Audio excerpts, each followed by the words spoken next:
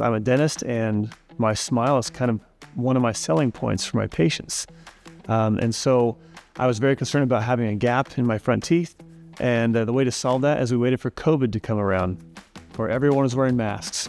And so for about a year, I wore a mask, and I had a big gap in my front teeth. Not that long, but I wore a mask the whole time, and I had that gap there.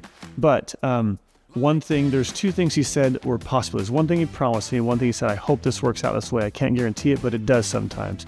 The first thing is, I'll give you a broad, beautiful Hollywood smile. And he was very able easily to do that.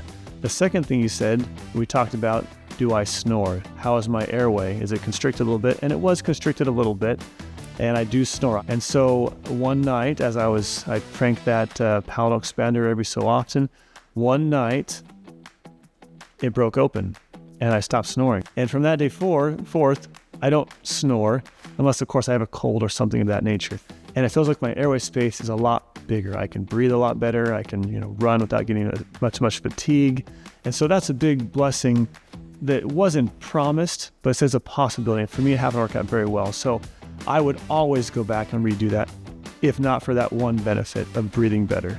And I know that's not something that can be guaranteed to everybody, but the chance and possibility of it, along with getting that beautiful Hollywood smile, is definitely worth taking for me.